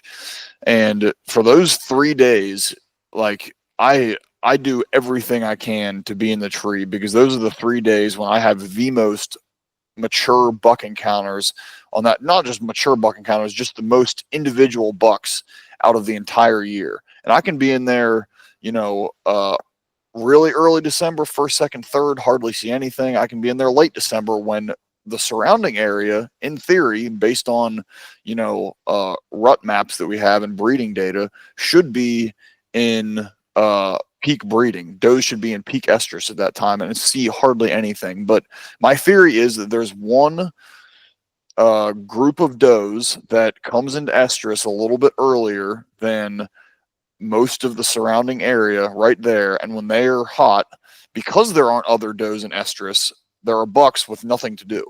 Not saying it's personifying a lot, it's not like bucks are just like, what am I going to do today? I'm going to go look for a doe over here. But I do think that because let's assume that's the case and there's a doe group, that is in estrus at that time, because it's not right in the middle of peak rut when everything else is going on. I'm fortunate enough to catch a lot of buck activity because there's not a whole lot of other business in town. Yeah. And that's been very consistent from year to year was my main point with that. Like every year I can count on those dates. That's when I need to be in that tree, you know? Yep. The spot I was talking about in Ohio, where I was talking about the like October 25th, and those the remaining days in October, and then like the first 5 days in November. From year to year, consistently, at least the past 4 years, from between October 25th and October 30th, and that those sets of days, and it's not always the same buck, but there is always at least one mature buck that'll move through this funnel, and I am usually sitting there within that time frame, and I've capitalized on a few different bucks doing that. But kind of going off that, and it relates to what I wanted to hit on for the quote unquote lockdown. Jacob, do you mind pulling up that figure again? Yep, 1 second. So I feel like in the lockdown, people are experiencing areas where maybe does have come in earlier, and they're kind of out of their breeding cycle or whatever, and then bucks have moved on to a different area. Lots of people will say, oh, there's no movement, they're all on lockdown, with these does. But if you look at this figure here on figure 16, it really doesn't show. There's not like a dip. You don't see a dip in the movement. So as far as the lockdown goes, Luke, what's kind of your opinion with that? Because the figure clearly shows that they are still moving quite a bit. Yeah, and if we plotted, and I could tell you what I'll do. I'll make a social media post on this in the next couple of days, and y'all can look at it. You can share it, do whatever, and so you can see what I'm referring to. Sounds good. When you plot like a scatter plot essentially, and connect all the dots, buck movement rates in terms of yards traveled per hour throughout daytime hunting hours across the entire rut, it is a lot more fine scale than that bar graph we're looking at right there. We're not looking at just these little one data point for the peak rut, one data point for the late rut. We've got a data point for every single day across that entire time period. So if we were going to see a dip in movement representative of the lockdown, we would see it in that data. And we do not see that dip in movement. I have never seen it in any GPS data set I've ever looked at. And one of the things you'll notice when you really sit down, and y'all have probably noticed this at some point in time, when you really sit down and start interviewing, not in a formal sense, but just talking to hunters about what they experienced, is homeboy A over here on this property experienced the lockdown on November 9th. And then a mile away or 2 miles away, someone else experienced it on November 12th. And then someone else experienced it on November 15th. Someone else didn't experience it until the 20th. And then the other guy he talked to didn't have any action for a whole week. And then all of a sudden he started seeing action a week after the peak of the rut. I think what that is more reflective of is just the localized doe population more than anything. It's just that those does, are either not receptive at all, and there are not bucks in the area checking them out, or a couple of those does could be on lockdown. When I think about lockdown, I'm not thinking of, by any means, I don't think there's any evidence to suggest that there is a lockdown going on these couple days for the entire deer population. There's lockdown just by the breeding social structure of a whitetail deer. There is going to be some level of lockdown with a buck and an individual doe, right? While she is receptive and in standing estrus and he is tending her, she is not going to be moving as much for those few hours. But that's not what people are referring to when they're talking about lockdown. They're talking about a day or two, or a much longer period where all the deer are locked down and every buck is with the doe and nothing's moving around. I've never seen any evidence to back that up. Mm-hmm. I feel like just like the quote unquote October lull, which I feel like is a myth, and I don't know who started that, but that's false. We know it's a myth. The lockdown phase of the rut is kind of like the October lull, in my opinion. Yep. It's just this time frame that hunters feel like, these bucks aren't moving, when really it's what you said. It's just that particular area. Yeah. And I feel like, sorry, Jacob, I just want to hit on this real quick. As for like a hunting application, let's say you're scouting a large piece of public. I feel like what we just said here, kind of really puts it in perspective as far as like putting in your scouting and really finding, keeping in mind, areas in which you're finding different doe groups where they like to hang out, and then trying to get, a good number of those kind of pinpointed as much as you can in order to stay in that action, right? So you don't experience the quote unquote lockdown. Mm-hmm. Yep. Yeah. Yep. The what I see that gives some credence to what they're saying is bucks often in giant, vast cattail swamps, particularly if it's dry and the cattails aren't actually wet at the root, will be in a sea of cattails, and there's not a tree you can set by. And I have a lot of video footage of this, of a buck entering cattails before daylight with a doe and just moving from root ball to root ball in a 100-yard radius area and doing that all day. Now, he's locked down with that doe and he's moving a lot, but he's just moving in a localized area because that's the one area he can hear every other buck that's trying to get after her from a mile away and get away pretty quickly. So that's the one situation that I've actually seen verified in person, that like a buck will not move much when he's with a hot doe. And that's generally to keep her away from other deer. And he picks an area that he's isolated enough and is detecting other things enough that, one, other deer aren't really going to find him as easy. And two, he'll be able to know if they're coming from a long ways away and get away. I have a buddy who he has a drone recovery business, and he says all the time when he's recovering a buck in the cattails, particularly during this mid-November, what some people consider this lockdown, or actually particularly in mid-November, he's seeing a lot more movement. But then in the early, like pre-rut, he, often bucks go to die in those thick monotonous areas. And so it's really easy to see many different bucks. And he'll say, dude, like when that first doe pops into heat, where I would see pandemonium and chaos in the hills, like here, it's that one buck that knows her and knows her breed date and takes her into some cattails and just won't leave. And often he'll get that heat signature thinking it's the dead deer, and it's just that buck laying down solo or laying with that doe. And it's like reverse of what people would say. It's like more often during the pre-rut, it's that first doe coming into heat, and he's just keeping her all to himself. And then later on, they're moving a lot further when everyone is claiming that they're not. Yep. Jacob, will you scroll? It might be scroll up. I wanted to hit on another point here.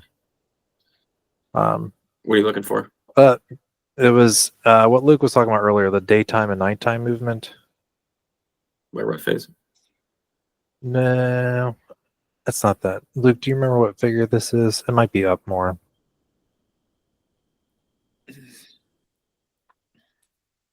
No, there's like a line graph for it. I like this graph.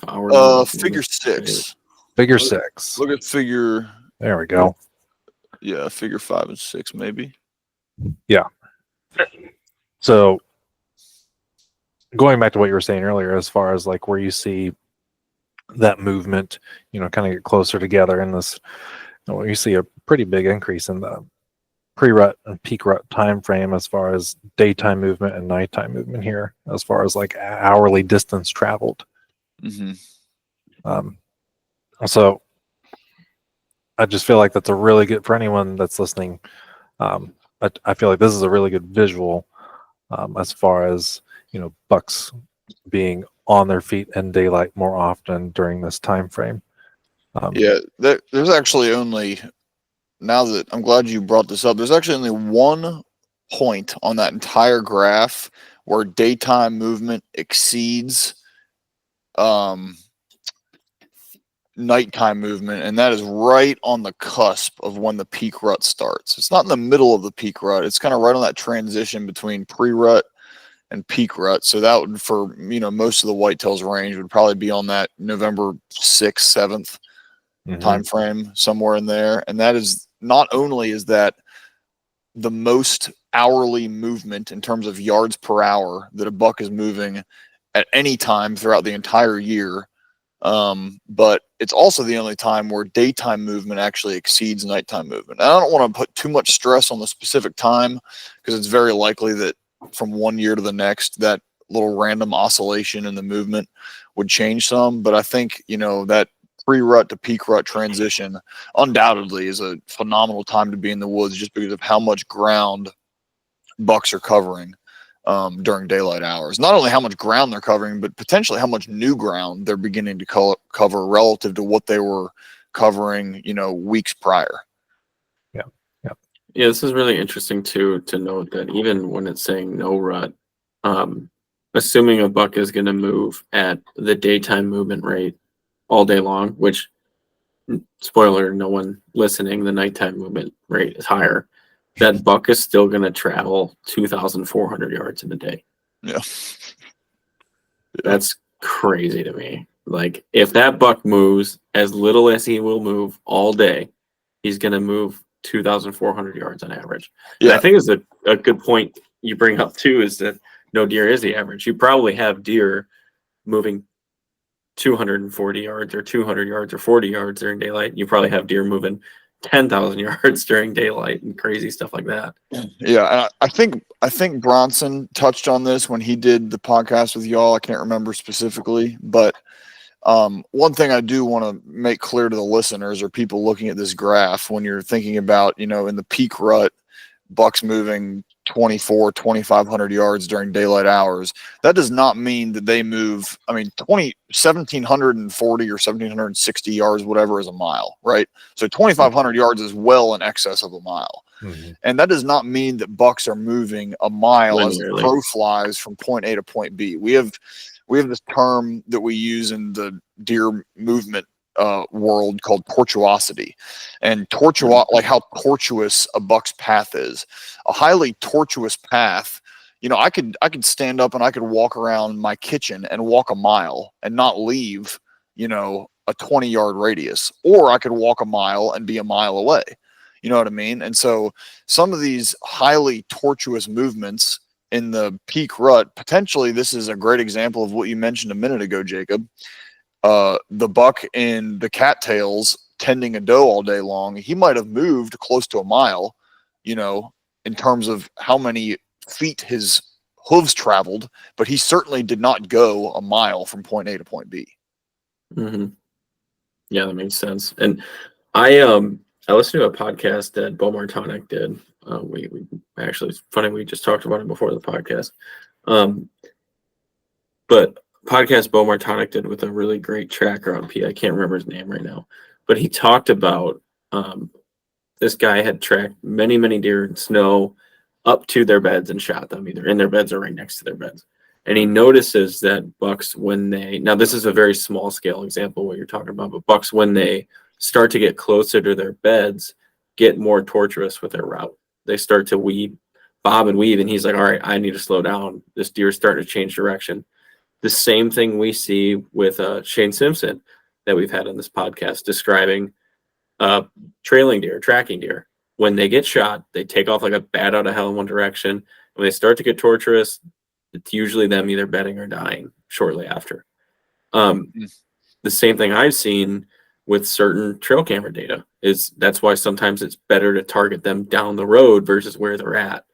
Day to day, that might be a small distance, but if you're checking a camera and you got them 4 days ago, you might need to make some bold predictions to actually be close to that next data point that's going to get you onto them, So as a hunter strategy, I think it's really interesting to note that this deer may be traveling technically a long total distance during the day, like this graph, this figure showing here, but his net displacement might be really small. So even though that buck is meandering around quite a bit, you might have to be in a very good local area in order to actually kill them. Yeah. Yep. And I think a couple things on that. One, the areas where those really tortuous movements tend to take place, we do have good data on this, are not in random locations. When bucks are on their feet in the middle of the day, moving a lot but not going very far, it is in really thick cover.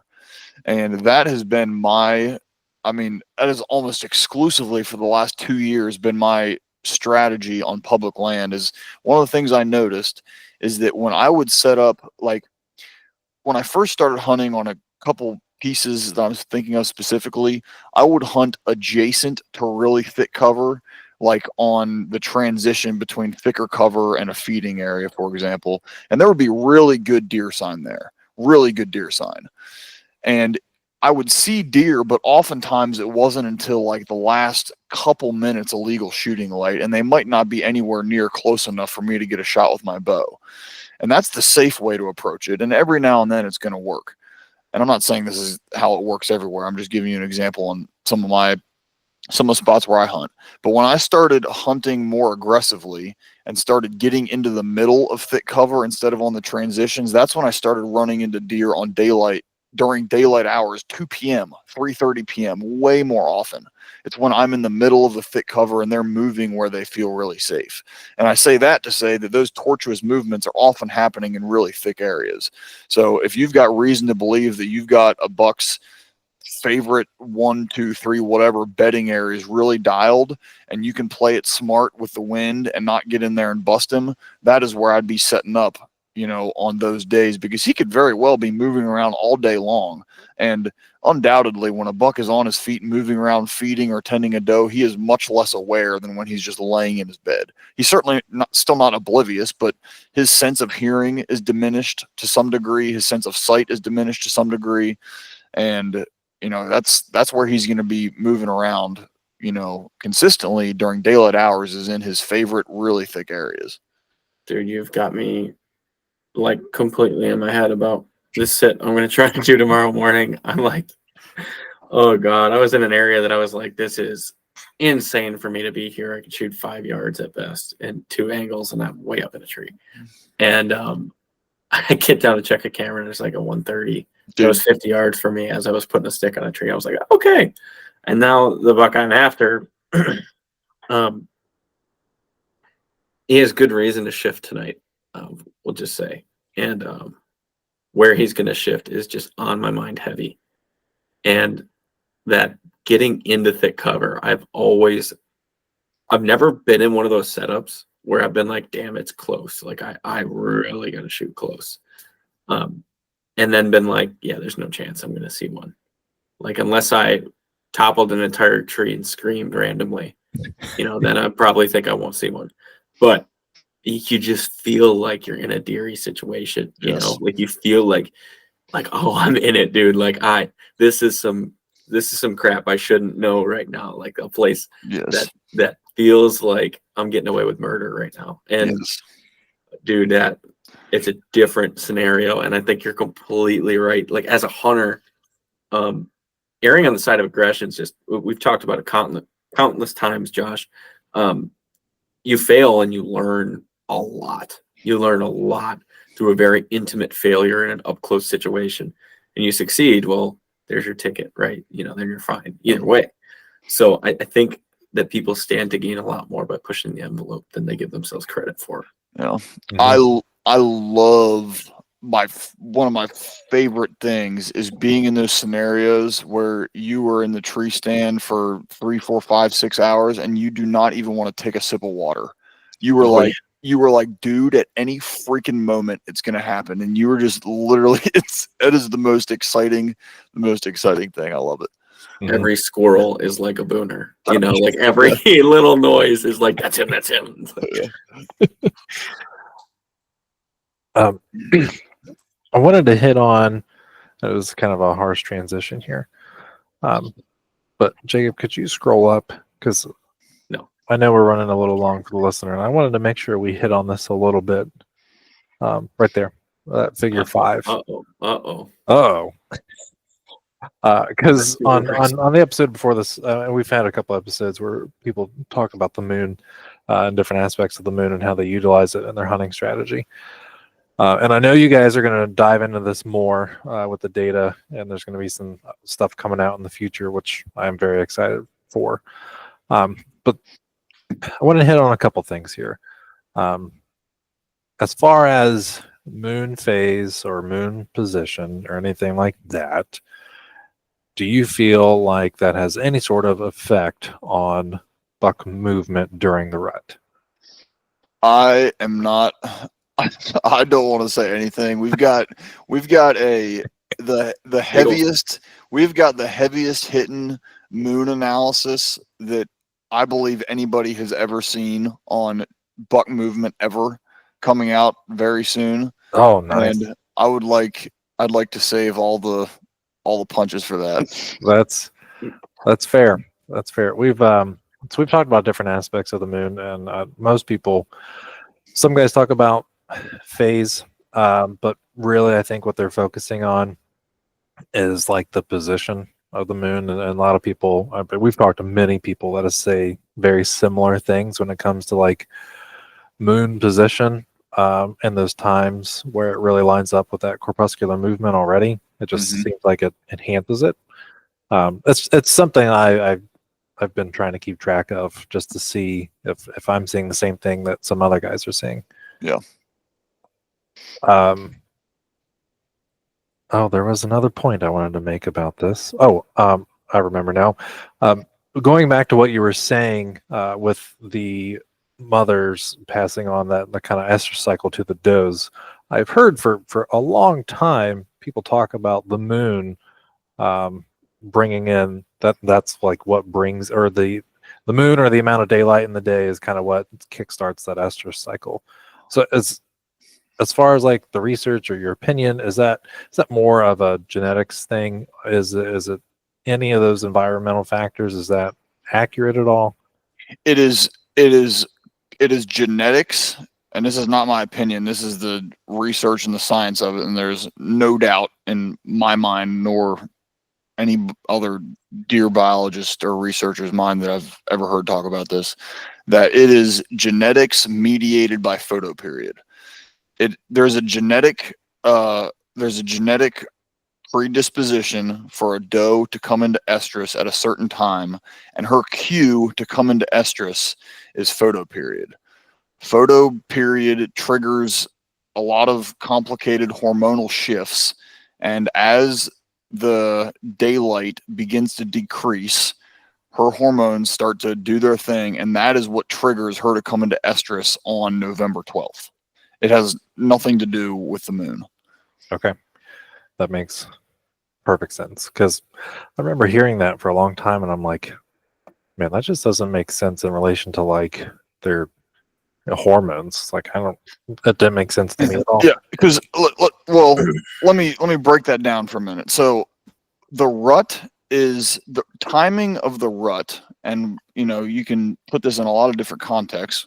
Why is the rut timing in South Florida different than it is in South Mississippi? And why is that different than North Mississippi? And why is that different than Wisconsin?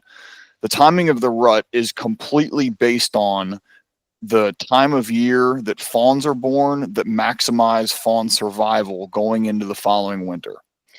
And there would be no evolutionary advantage to basing estrus timing and conception date, because conception date and gestation period are relatively fixed, right? Deer are gestating a fawn for 200 days. There would be no evolutionary advantage to base your estrus timing off of moon phase that varies up to 30 days from one year to the next, or I guess up to 15 days from one year to the next, because that is not a reliable indicator of when your fawn has the best chance of survival. The most reliable indicator of when your fawn has the best chance of survival is photoperiod, because that is extremely consistent from one year to the next. That makes a lot of sense. So with the individual differences, because we had hit on these different doe groups coming in at like some variability in the time frame during the rut. Is that more of that genetic component? I would love to have an answer to that. I think that is as much a genetic component as personality is, for us. I think a lot of that is personality driven, and there are explorers and there are homebodies, just like in people. One of the things that I often think to myself and talk to other people about is that, as human beings, we are really good at reading personalities, facial expressions, moods of other human beings, because this is how we make our living. Me reading your facial expressions, knowing what you're thinking, knowing if you want to punch me in the face right now, knowing, all of that kind of stuff. We're really good at picking up on these subtle nuances. Our brains, our eyeballs are not cued into white-tailed deer in that same way.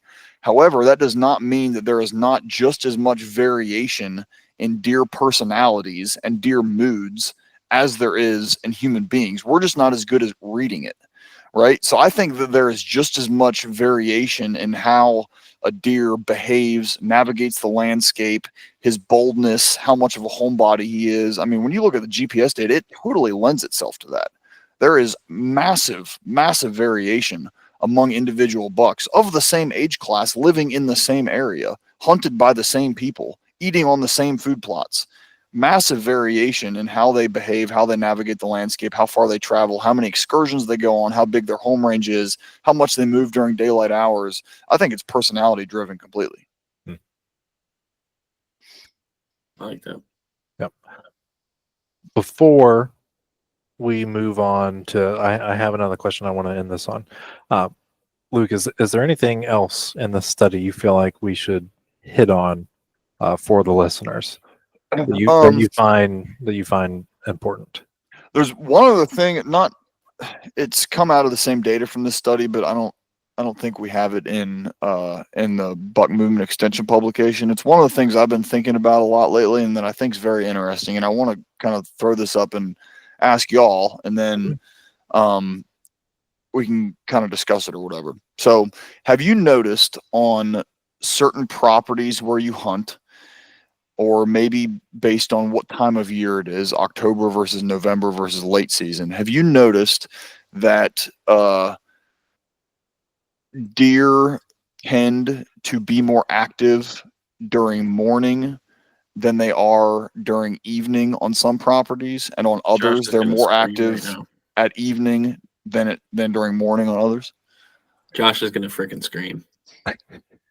I have definitely Kentucky. I have definitely seen that on certain properties. I'll use that property in Ohio that I've used as an example a couple times during this podcast. But I feel, especially during the rut time frame, I really could care less to sit an evening, because I know just from years of hunting it and in trail cam data that the mornings are far better for movement rather than the evenings. And with some of the cameras I have now on this WMA I'm hunting, I'm keeping track of the movement in different places. And I have a camera on a really good pinch point, right? There's a sharp drop off into a creek bottom. It butts right up into this real thick area. It just funnels down. There happens to be a beech tree right on this tight pinch that has like historical rubs and stuff on it. So I put a camera on it to see at what point of the year are bucks traveling and actually utilizing that pinch there. But I am consistently seeing that the morning movement far out exceeds the evening movement. It's not a doubt in my mind that if I was going to hunt there, it's going to be in the morning. I won't even waste my time for an evening sit there. For me, it's very time of year based. It's very, like, if it's extremely hot out, I see a far more movement in the morning. Like, it's been cooling down all night. It just begets much more comfortable movement. And I've seen that in low and high pressured areas. Now, I can't tell you exactly what would make one morning far better than another throughout the season besides weather factors. And maybe we get into moon phase or conditions or stuff like that. Like if it's ripping winds all day and it's hard for a deer to even sense what's been around them all day, you know, maybe they're going to move less in the afternoon than when it's cool, calm in the morning. You know, there's plenty of weather factors involved too that I think override the time of day once you start to get to them being equal, like into the pre-rut, in my opinion. But like Josh said, I think you need to qualify that for yourself, the situation that you're in, and maybe the pressure in the property you're on, and figure out how those deer are moving, you know, according to that. This particular deer I'm after, no one really targets him in the morning. I know where he's at consistently at 12 and 1 a.m. And no one has good data on him in the morning, which is really, really interesting to me. But everyone has consistent data on him in the afternoon. He's kind of a famous deer. But this afternoon data is where everyone's trying to target him for a reason that he's consistent. And my opportunity might be, God, I hope we don't debut this podcast soon.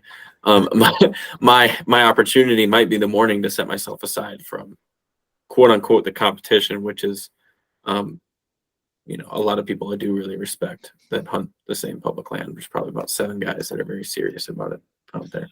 Yeah. Yeah. If I didn't know what I know, and if I wasn't looking at what I'm looking at right now, I would chalk all that up to just the spot that you're in. I'd be like, oh, that pinch point that you're sitting in is just more of a morning spot.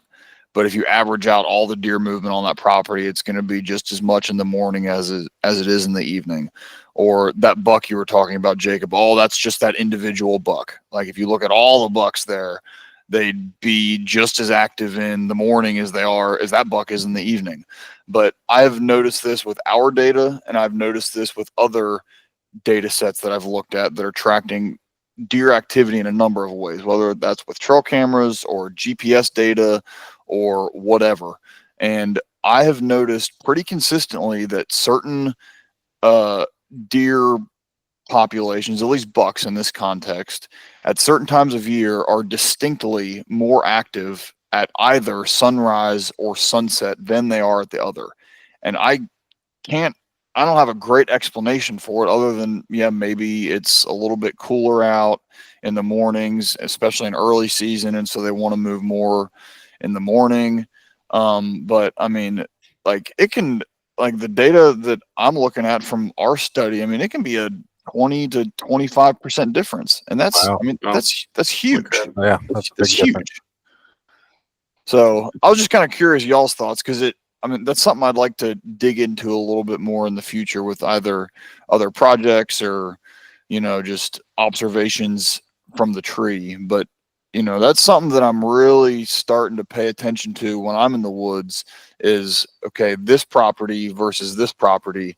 If I have time for a morning sit, I might have 2 spots that I like equally, but maybe I should be on this property for a morning sit and that property for an evening sit. Yeah, That's interesting. but I would be And very. it's funny we're associating it to properties too, because we talk about how individual deer are. So it might depend on the specific deer you're targeting, but that is interesting too, that maybe it's consistent for the property. I mean, the data I'm looking at is for 60 bucks, and the averages are very noticeable. Wow. That's cool. That's really cool. Yeah. Wow. There's a big avenue to dig into there. Yes, it is. I mentioned this to Bronson when we had him on, because we had talked about how bucks navigate, you know, hunter pressure and stuff, and you'll see these changes in patterns, and it takes, I forget what it said, like 3 or 4 days for them to get back on a quote unquote kind of normal pattern. So like going to places, you know, if there's a lot of hunter pressure on the weekends, hunting them perhaps on like Thursday, being a good day to go because, you know, they're back to a quote unquote normal pattern. I do feel like that can go for morning or evening hunting as well, which might be applicable to this, where deer are preferring to move in the mornings, early season, rather than in the evenings, because all the hunter pressure is usually in the evenings. So I killed a buck in 2021 in Kentucky, and it got a lot of pressure the first 2 weeks, and I had a weekday off. It was a Thursday, and I had debated on when to go, whether it be morning or the evening. And I based my decision mainly on the hunter pressure. I was like, okay, most of the pressure's been on the weekends, but even if it's been there during the week, more than likely people are just coming here in the afternoons or evenings because that's when most people hunt early season. So I was like, oh, I'll go here on a weekday on a Thursday and in the morning and see if I can catch a buck, kind of off his game, not paying as close attention. And I was able to capitalize on one of the deer I wanted to shoot. Mhm. So, Yep. Yeah, I actually just crunched the numbers on the data I'm looking at, and there is, for our bucks, 37% more movement at sunset than there is at sunrise. And this is 1 month before peak rut. 37%. I mean, that is huge. yeah, That is huge. that's a big difference. Yeah. So I'm not saying it's like that everywhere. Don't go hold me to those words. You said sunset. There's more movement. Sunset. Yep. 37% that's more. That's the general knowledge that people like to abide by. But we're all talking about the exceptions here too, which is really interesting. Yep. I've seen other data where it's the exact opposite. So I think it's specific to something. I don't know what it's specific to, but it's specific to something. Yep. Is this data is over a widespread area, you said? This is the same data we've been talking about the whole time. 60,000 acres, 60 mature bucks, 2 years, 1 million GPS points. That's cool. What's the hunter pressure like? So I would say that this our study area is, we've got a little bit of everything. We've got sorry, my dog's scratching his neck very loudly. We can't hear it. We've got a little bit of everything. We've got properties that get hunted probably about as hard as you'd expect. A fairly heavily hunted small piece of public land to get hunted, and we've got other properties that are very regulated. I mean, like, they are serious about how many hunters are hunting at any given time, hunter density, how many hours people are in the stand. So I'd say, on average, it's probably pretty representative of what you'd see in most places, public or private. That's good to know. We've got a little bit of everything. Yeah, I'd be curious just to see all that data and really dive into it, because that's a very interesting topic. Yep, for sure. So we are running a little long for listeners. Most of the episodes in this series are going about this time, but I want to be cognizant of your time because it's getting late for us here. But I do want to end on kind of what we ended the podcast with Bronson, and that was basically, Luke the hunter, if you had to pick, your time of year, your location to hunt during the rut, what would be like your ideal setup to capitalize on a buck during the rut? My ideal time of year is probably going to be 2 weeks before peak rut. Okay. I just feel like my experience has been that bucks just haven't been molested as much as they have been by the time you get to, middle of the rut. And I also love late rut. I don't want to get on too much of a tangent here. So I'm going to say earlier than peak rut. And my favorite all the time is going to be in the middle of a bunch of, if I can find an area. So I'll give you an example.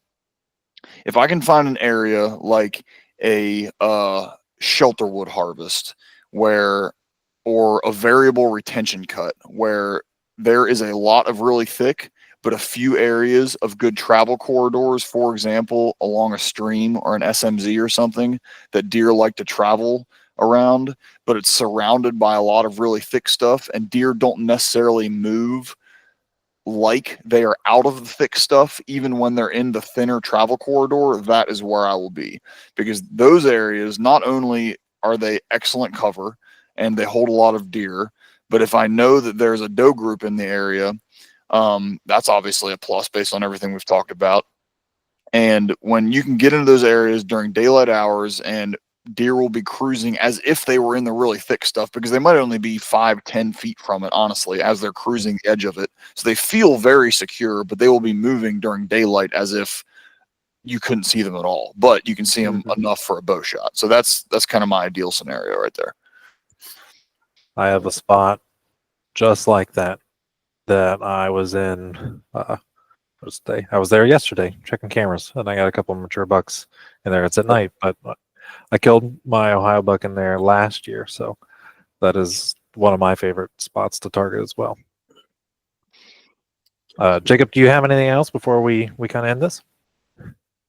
Honestly, I could keep asking you questions until we're all blue in the face here. But man, I just want to say, like, it's been an honor to talk to you here and be able to pick your mind on stuff. I think you do such a fantastic job of relating to the hunter and mixing the research and statistics with actual hunting. And I just really appreciate that about you, Luke. And I really appreciate your time with us today. Yeah, well, thank you all for having me on here. And I will say that I know very few deer researchers or deer biologists who aren't sitting where they are because they were first a hunter. And that's why I'm here.